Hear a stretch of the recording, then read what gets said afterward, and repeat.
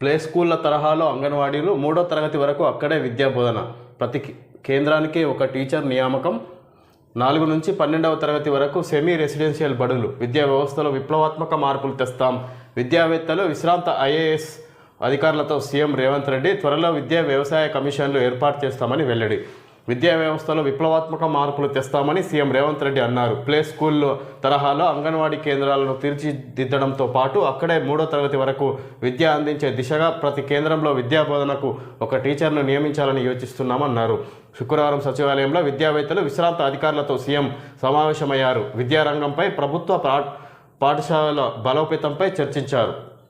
శాసనసభ సమావేశాల్లో skill university bill, ప్రభుత్వ ప్రైవేటు భాగస్వామ్యంతో ఏర్పాటు, ఏటా 20,000 మందికి నైపుణ్య శిక్షణ ముసాయిదాపై సీఎం, డిప్యూటీ సీఎంల చర్చ.